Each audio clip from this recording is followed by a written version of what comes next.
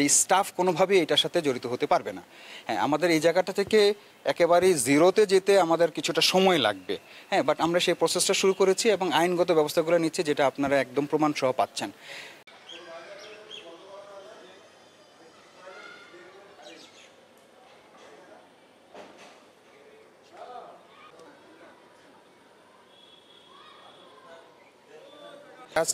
এই ৩-৪ দিন আগেও আমাদের একজন স্টাফ ধরা পড়েছেন নীলফামারীতে।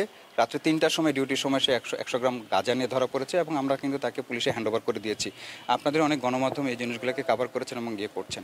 তো আমরা এই জায়গাটা একেবারে জিরো টলারেন্সে চলে আসতেছি। আমাদের স্টাফ হোক আর বন্দী হোক, আমরা এটাকে ফৌজদারি মামলা, একই সাথে বিভাগীয় এই দুইটাকেই আমরা এখন কাজ করার চেষ্টা করতেছি। আমাদের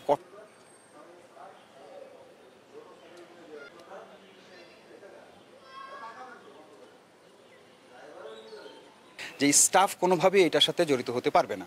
হ্যাঁ, আমাদের এই জায়গাটা থেকে একেবারেই জিরোতে যেতে আমাদের কিছুটা সময় লাগবে। হ্যাঁ, বাট আমরা সেই প্রসেসটা শুরু করেছি এবং আইনগত ব্যবস্থাগুলো নিচ্ছি, যেটা আপনারা একদম প্রমাণ সহ পাচ্ছেন।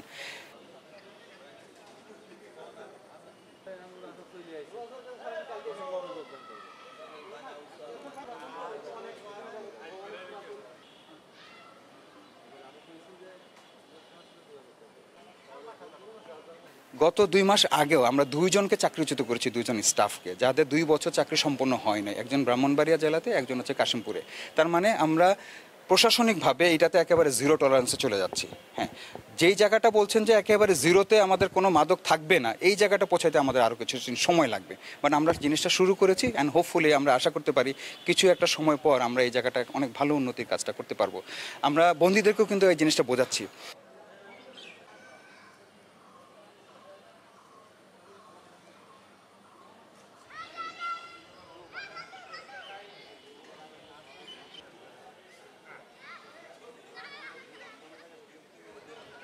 এই আইডিয়াগুলোই হচ্ছে কি আমরা আমাদের একদম রুট পর্যায় পর্যন্ত পৌঁছানোর চেষ্টা করতেছি, সবাইকে বোঝানোর চেষ্টা করতেছি এবং ধীরে ধীরে হয়তো বা এটা পলিসিগতভাবে যখন চেঞ্জ হবে, যাতে আমাদের এই যে চেঞ্জটা বা পরিবর্তনটা আমরা খুব কুইকলি নিতে পারি এবং এটা সুবিধাটা বন্দীরা পেতে পারে।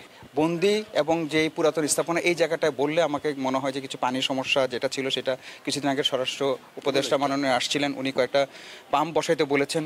এক্সএন মহোদয় অলরেডি 2টা পাম্প বসায় দিয়েছেন এবং অলরেডি কিন্তু পানির সমস্যাটা সমাধান হয়ে গেছে।